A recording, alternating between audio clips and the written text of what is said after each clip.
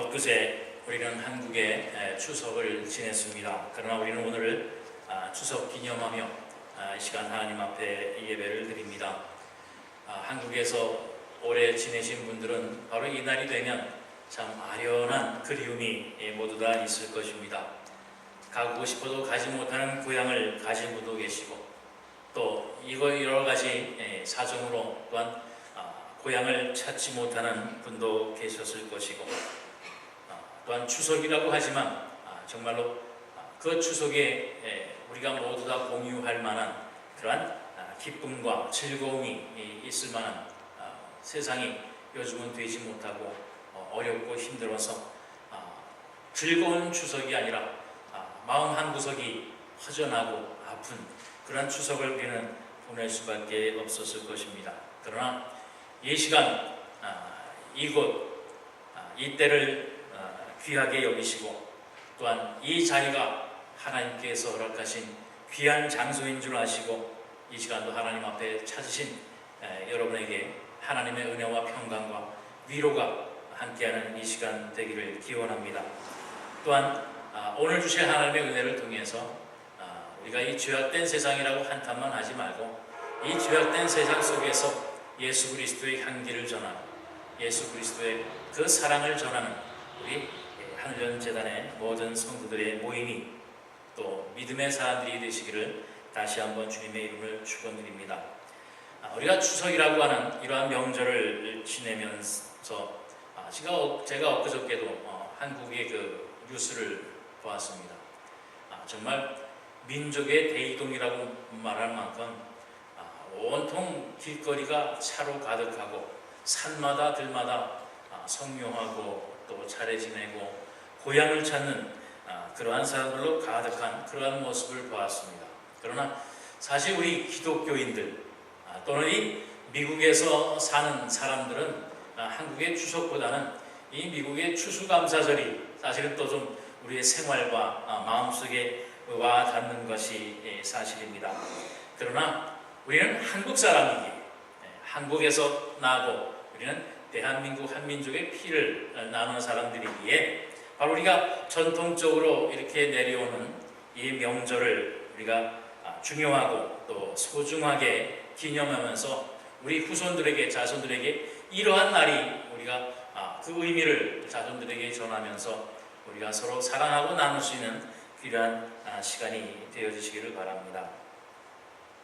바로 이러한 날을 우리가 미국에 살면서 또 타지에 살면서도 지켜야 하고 또 이렇게 우리가 기념하는 이유가 뭐냐면, 많은 이유도 있겠습니다만 사실 오늘날 이 시대가 변하고 눈부신 발전을 하고 또 발달을 하고 우리가 더욱더 편하게 살기 위해서 많은 편리한 도구들 속에서 살고 또 시간을 줄여서 모든 것이 빨리빨리 되어지는 그러한 세상 속에서 우리가 삽니다. 그러나 우리가 이렇게 빨리 하고 편해지고 하는 것은 그것을 통해서 남는 시간을 우리가 여유롭게 좀 쉬고 편하게 지내고자 하는 그런 의미가 있는데, 정말 우리가 살아가는 삶은 그렇지를 않습니다.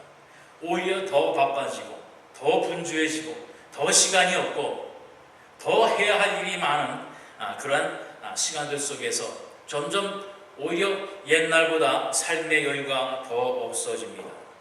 그래서 바로 이러한 명절을 통해서, 이러한 기념하는 날을 통해서 우리가 그동안 바쁘게 지내왔던 바빴던 마음들을 내려놓고 그동안 만나지 못했던 부모, 형제, 친인척을 우리가 만나고 반가워하고 또 그동안 어떻게 지냈는지 또 어떻게 사는지 서로 확인하고 격려하고 위로하는 그러한 시간들, 날로서 우리가 지내는 것입니다.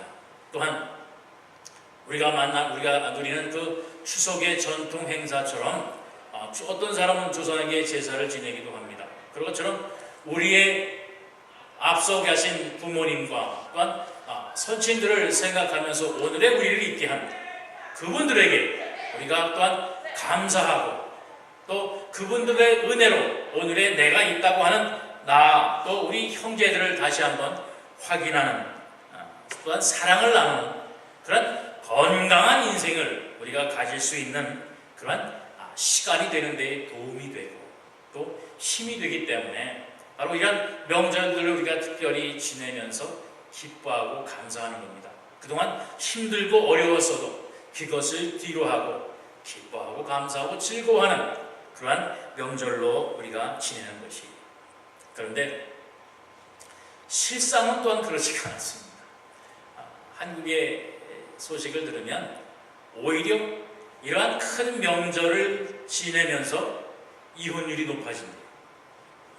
명절을 지내고 나면 이혼하는 사람들이 많아지고, 이러한 명절을 지내고 나면 형제간에 싸우는 사람도 많아지고, 엊그제 뉴스를 보니까 어떤 분은 자살까지 했더라고요. 추석이라고 찾아와서 정말 기쁘게 지내기보다는 형제간에 싸우면서 그냥 돌아가고 나니까 돌려보낸 그 아버지가 마음에 상처를 입어서 그만 목을 매 자살을. 기쁘고 즐겁고 유쾌하게 지내져가는 명절이 오히려 갈라서고 싸우고 더 큰 상처를 입게 되는 그러한 시간이 되어지고 맙니다. 왜 그렇습니까? 말씀드린 대로 이러한 명절을 통해서 우리는 서로 격려하고 위로하고 땀을 닦아주고 보듬어 줘야 되는데, 그러한 명절이 아니라 오히려 자기 가진 것을 자랑하고 비교하는 그러한 장이 되어버리고 그러한 날이 되어버리고 말았다는 것입니다. 한국에 요즘 노총각 노처녀들이 많다고 합니다. 우리 앞에도 있는데 바로 그 사람들이 이 명절이 가장 싫답니다. 왜냐하면 명절을 맞아서 고향에 가서 친척들을 만나면 너는 왜 아직까지 혼자니? 너는 어떡하려고 그러니? 언제까지 그러려고 그러니? 또 직장을 가지지 못하신 분들은 오히려 고향을 가고자 하는 것이 큰 짐이라고 해요. 가서 어른들을 만나면 너 왜 아직까지 직장도 못 구하고 그러고 있느냐? 또 변변한 학교를 가지 못한 사람들도 마찬가지랍니다. 우리 아들은 어디 갔는데 너는 아직까지 왜 이모냐니? 내가 가지고 있는 것을 가지지 못한 사람은 다 게으른 사람, 잘못된 사람으로 너는 언제까지 그럴 거니? 왜 아직도 그러지 못하니? 라고 이야기하는 그러한 시간들이 되다 보니까 가지지 못한 사람, 누리지 못하는 사람들은 오히려 큰 짐이 되어버리는 그러한 날이 됩니다. 그 밑에는 무엇이 있겠습니까? 반대로 얘기를 하면 네가 가지지 못한 것을 나는 가지고 있다. 네가 가지 못한 곳에 나는 가고 있다. 네가 누리지 못하고 있는 것을 나는 누리고 있다라고 하는 나 자신을 드러내고 싶은 바로 우리의 마음 아닐까요? 나는 하는데 너는 왜 못하니? 나는 내 손에 이렇게 가지고 있는데 너는 왜 못하고 아직까지 그러고 있느냐? 라고 하는 거지. 아마 똑같은 조건이 있으면 별로 말하지 않을 겁니다. 같은 직장, 같은 학교, 같은 자녀, 잘된 같은 식구끼리라면 별로 얘기할 게 없을 거예요. 얼마 전에 다른 교회 어떤 젊은 여자 집사님이 그러더라고요. 목장 모임이 있어서 가면 거기는 목장 모임에서 예배 드리고 나면 식사하고 나면 명품 가진 사람들이 서로 자랑하는 그것 때문에 자기는 정말 가기 싫대요. 누구는 무슨 백을 가졌고 무슨 옷을 가졌고 누가 언제 사줬고 남편이 이 옷을 선물을 해줬고. 그런데 말입니다. 거기에서 또한 똑같은 것을 가지고 있으면 서로 기분 나빠한다고 그래요. 참 여자들의 심리를 알 수가 없어요. 남자들은 그래도 똑같은 거 있으면 너도 가졌냐 나도 가졌냐 야 우리 하나 이렇게 되는데, 여자분들은 똑같은 게 누가 있으면 아주 기분 나빠하고 일부러 그것을 싹 아무리 명품이라도 그것을 슥 숨긴다고 해요. 바로 비교하는 마음. 내가 너보다 좀 더 나아야 된다라고 하는 내 자랑이 여기에 있다고 하는 것을 이야기를 해야 되는데 그러지 못합니다. 그런데 우리 주님께서 성경을 통해서 이렇게 말씀해 주셨습니다. 마태복음 6장 1절과 2절에 보면 사람에게 보이려고 그들 앞에서 너희의 의를 행하지 않도록 주의하라. 그리하지 아니하면 하늘에 계신 너희 아버지께 상을 받지 못하느니라. 그러므로 부지할 때에 외식하는 자가 사람 앞에서 영광을 받으려고 회당과 거리에서 하는 것 같이 너희 앞에 나팔을 불지 말라. 진실로 너희에게 이르노니 그들은 자기 상을 이미 받았느니라. 부지하는 것뿐만 아닙니다. 내가 가진 것, 내가 잘난 것, 내가 높은 것을 자랑하고 나팔을 부는 것, 그러지 말아라는 거예요. 그걸 뭐라고 그랬습니까? 나팔을 분다고 하는 거예요. 너희는 이 땅 위에서 너희가 나팔 불고 잘난 체 함으로 이미 너희는 상을 받아서 하늘나라에 가서 상 받을 게 없다는 거예요. 그 자리에서 너희가 자랑하고 기뻐하는 것, 그것으로 너희는 끝. 더 이상 너희가 잘한 것, 그것으로 누릴 나중에 상은 없다는 거예요. 잘난 것이 있으면 오히려 겸손하는 거죠. 뭐라고 그랬습니까? 오른손이 한 걸 왼손이 모르게 하는 거죠. 너희의 높은 의, 옳은 의가 너희의 자랑거리가 되지 말고 섬기는 오히려 도구가 되라라고 하는 바로 그 말씀입니다. 또한 또 다른 이유는 뭐냐면 바로 그런 명절에 모이고 그러면 서로 불평하고 불만하고 잘못된 것을 꼬집고 이건 맛은 왜 이래? 이건 누가 만들었어? 이거 좀 더 시네? 이건 짜네? 이건 맵네? 왜 이것밖에 하지 못했어? 기왕 모여서 한 자리에 있으면 즐겁고 웃고 떠드는 시간이 돼야 되는데 그저 잘못된 것만 찝어서 드러내고 그것만 끌어내서 높이 들어서 모두 다 알게 하고, 물론 잘못되고 불평 불만이 없지는 않습니다. 있습니다. 사람 사는데 잘못되고 불만족스러운 것이 왜 없겠어요? 있어요. 그러나 좋은 것도 있고 잘된 것도 있고 맛있는 것도 있습니다. 그런데 그것을 얘기하고 그것을 보여주고 그것을 칭찬하기보다는 잘못된 것, 나쁜 것, 불평, 불만을 먼저 얘기함으로써 기쁘고 즐거워야 할 그 시간이 정말 얼굴에 인상 써야 되는, 정말 잘못된 사람은 잘못한 사람 모양 머리 숙이고 있어야 되는 그러한 시간이 되어지고 말게 될 때에 참된 기쁨은, 참된 즐거움은 우리가 누릴 수가 없다라고 하는 말씀입니다. 불평, 불만 잘하는 사람은 아마 천국에 갈 수가 없을 겁니다. 아니, 천국에 못 간다는 게 아니라 천국에 가면 재미없어서 못 살 거예요. 천국에 가서도 뭐가 잘못됐고 이건 나쁘고 얘기를 해야 되는데 천국 가면 그럴 게 없잖아요. 모든 게 다 좋고 아름답고 선한 것인데 이거 뭔가를 찾아서 얘기를 해야 될 텐데 찾을 게 없으니 심심하고 재미없어서 에이 천국에서 못 살겠다 하고 아마 천국 문을 열고 나오지 않을 거예요. 천국에 가면 좋은 것, 아름다운 것, 그것만 있습니다. 그런 걸 찾을 줄 아는 사람은 천국에서 정말 제맛을 느낄 거예요. 이것도 좋고 저것도 좋고 얼마나 아름다운가, 얼마나 기쁜가.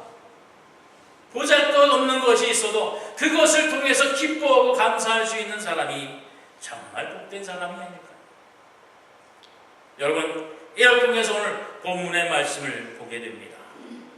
오늘 본문의 말씀의 주인공은 요셉이라고 하는 사람이에요. 바로 이 요셉이라고 하는 사람이 애굽 땅이라고 하는 당시에 전 세계의 가장 강대국인 애굽 나라의 국무총리가 됐다는 사람입니다. 바로 다른 나라 사람, 이스라엘 사람이 이 애굽 땅 이집트에 와서 국무총리가 됐다는 거예요. 바로 우리 한국 사람이 이 미국에 와서 부통령이 됐다는 얘기입니다. 우리 한국 사람이 어느 조그만 시의 시장만 돼도 신문에 나고 한국 사람이 이렇게 훌륭하다라고 자랑을 하는데 만약에 미국의 부통령이 됐다고 하면 정말 한국에 큰 잔치가 일어날 거예요. 바로 이처럼 요셉이라고 하는 사람이 애굽 나라의 국무총리가 되었어요. 그럴 때에 이제 이스라엘, 우리 가나안 땅에 살던 그 12형제 중 11형제가 이제 가뭄이 들어서 먹을 것이 없게 되자 이 이집트, 애굽 나라의 곡식을 얻기 위해서 이제 요셉 앞에 나와서 서로 만나는 바로 그러한 장면입니다. 그런데 지금 이 시간의 말씀을 보면 4절 말씀에 보면 요셉이 형제들이 이르되 내게 가까이 오소서 나는 당신들의 아우 요셉입니다. 바로 이 요셉이 내가 누구라고 얘기하기 전까지는 이 형제들이 요셉이 자기의 동생인지 알지 못했다고 하는 거예요. 바로 그 이유는 뭐냐면 이 요셉이 어느 한 가난한 나라에 부족한 나라에 있다가 내가 열심히 공부해서 훌륭한 사람이 되리라 하고 가나안에서 애굽 땅에 가서 유학해서 자수성가해서 훌륭하게 된 바로 그러한 사람이 아니라 요셉이 이 애굽 땅에까지 흘러 들어오게 된 많은 이유가 있습니다. 그 이유가 뭐냐면 창세기 37장에 그 이유에 대해서 얘기했어요. 그 형들이 아버지가 형들보다 그를 더 사랑함을 보고 그를 미워하여 그에게 편안하게 말할 수 없더라. 요셉이 꿈을 꾸고 자기 형들에게 말하매 그들이 그를 더욱 미워하였다. 요셉이 그들에게 이르되 청하건대 내가 꿈을 들으시오. 우리가 밭에서 곡식단을 묶더니 내 단은 일어서고 당신들의 단은 내 단을 불러서서 절하되리라. 요셉이 다시 꿈을 꾸고 그의 형들에게 말하여 이르되 내가 또 꿈을 꾼즉 해와 달과 11별이 내게 절하여야 하니라. 이 요셉은 아버지 야곱의 12형제 중 맨 마지막 막내입니다. 그리고 형들보다도 나이 차이가 많았어요. 그러니까 아버지 야곱이 특별히 이 요셉을 귀여워하고 사랑했습니다. 다른 형들에게 주지 않았던 채색 옷을 입히고 불면 날아갈까 불면 날아갈까 쉬면 꺼질까 그렇게 애지중지 사랑하는 바로 그 아들이었어요. 그것도 형들은 불만인데 이 맨 막내 아들 그 동생이 어느 한날 꿈을 꿨다고 하는데 자기가 꿈을 꾸니까 자기가 곡식단을 모아서 이렇게 단을 묶어 놓는데 자기가 세우는 단은 바로 서 있고 형들이 묶어 놓은 거는 자기를 향하여 넙죽 절하더라는 겁니다. 그리고 또 자기가 꿈을 꾼데 해와 달과 별 11것이 자기를 향하여 절하더라는 거예요. 그것도 막내이 아버지의 특별한 사랑을 받는 것도 괘씸하고 얄미워 죽겠는데 그 형들이 자기에게 막내에게 절한다는 건 뭡니까? 바로 자기 밑에 있는다는 거 아니에요. 바로 그러한 이야기를 하니까 속에서 이런 게 쑥 올라오는 겁니다. 이놈을 이거 그대로 둬서는 안 되겠다. 한번 혼좀 내줘야 되겠다 하는 것이 뭐였냐면 이놈을 죽여버리자 했어요. 바로 11형제가 어느 날 광야에 나갔다가 이 요셉이 자기들을 찾아오게 될 때에 이제 이놈을 죽이자. 이놈을 죽여서 아버지의 사랑을 우리가 서로 나누어 갖자. 이 요셉을 죽이려고 할 때에 그 중에 한 형인 르우벤이라고 하는 사람이 그럴 것까지 뭐이냐. 우리 그냥 이 요셉을 그냥 다른 나라의 노예로 팔아버리자. 그래서 그 지역을 지나는 노예성에게 요셉을 팔아버린 겁니다. 그리고는 자기 아버지에게는 이 요셉이 들의 맹수에게 물려서 죽었다고 거짓말을 하고 이 요셉을 팔아버린 겁니다.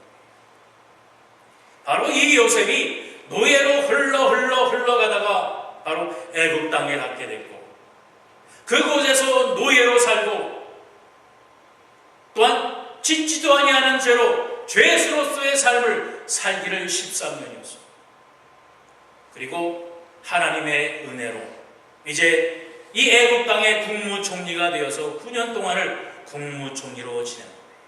바로 22년이라는 시간 동안 이 요셉은 온갖 고난과 고통 속에서 그 홀로의 삶을 지켜왔던 겁니다.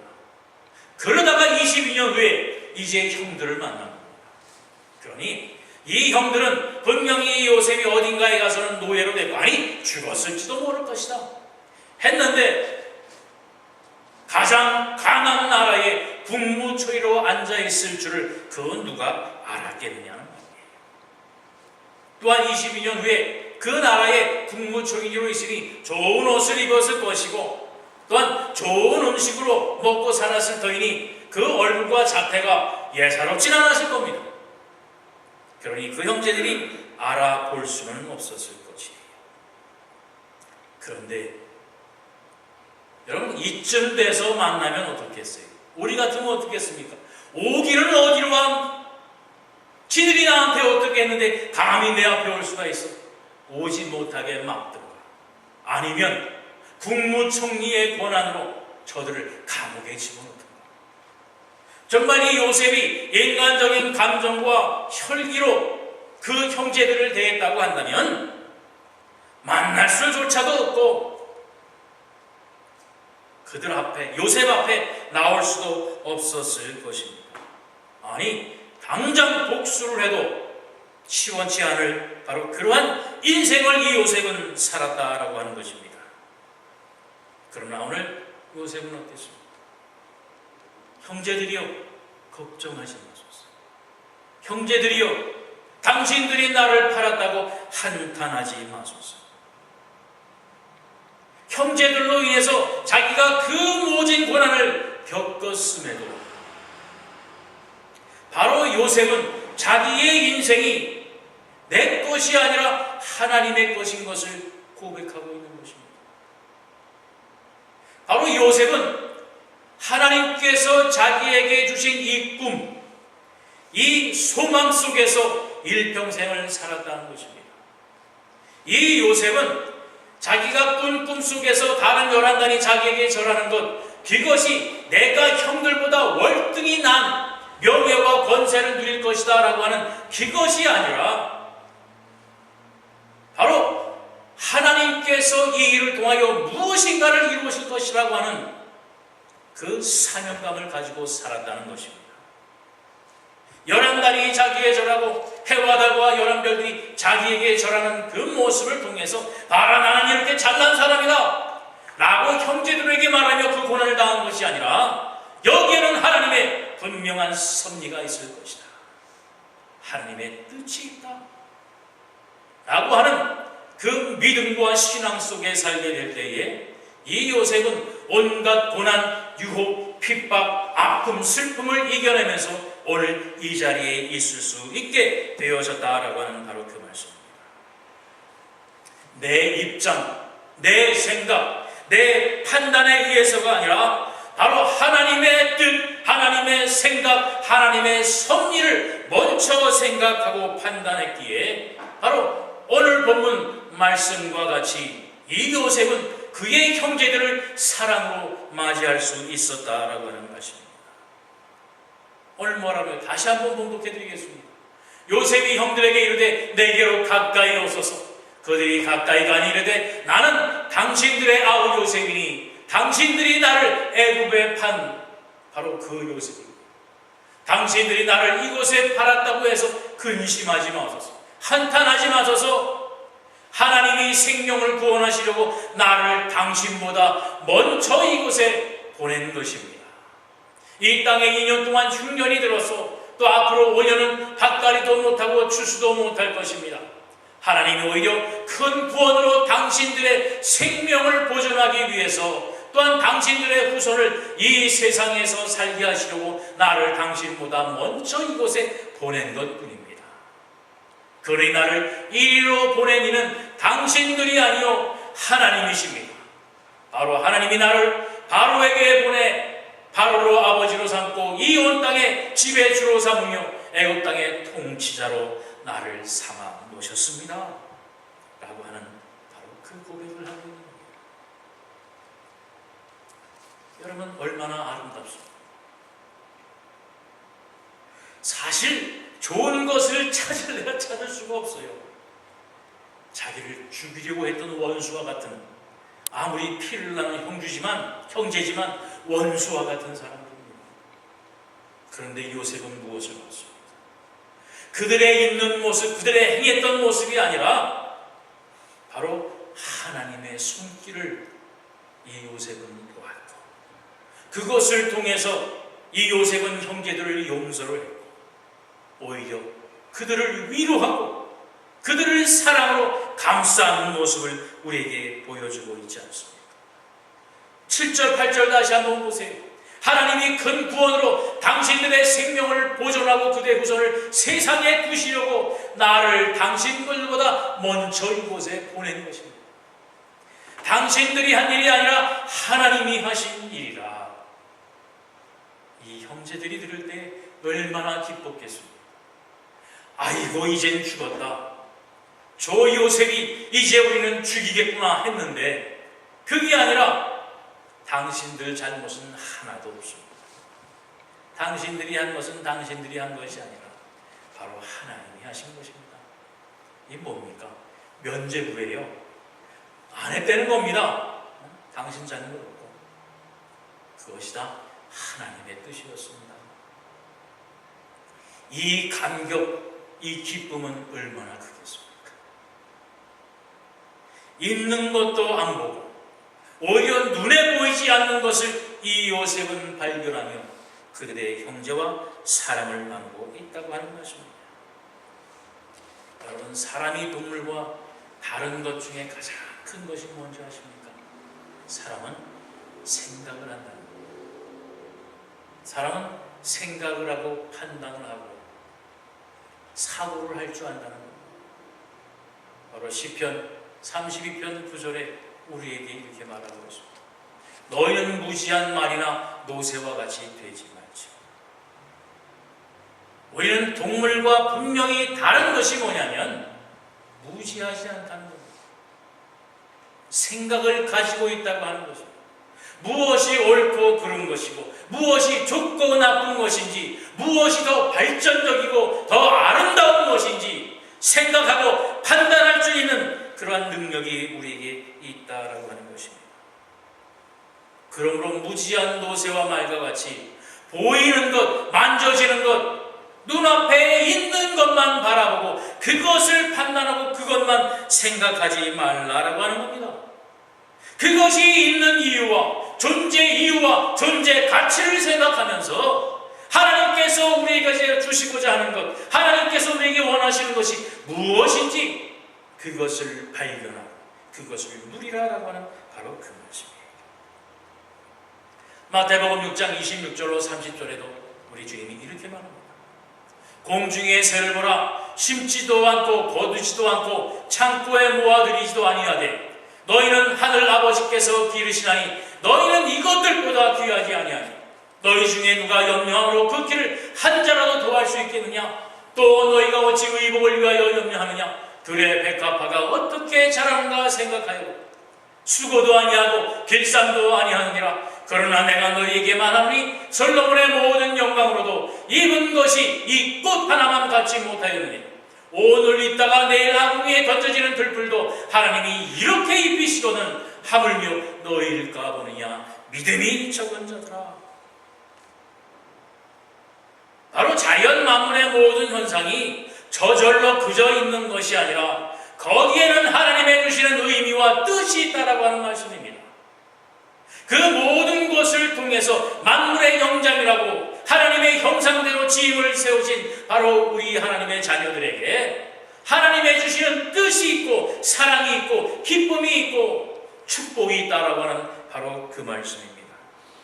바로 그것을 찾고 그것을 발견하고 그것을 생각하며 누리라는 거예요.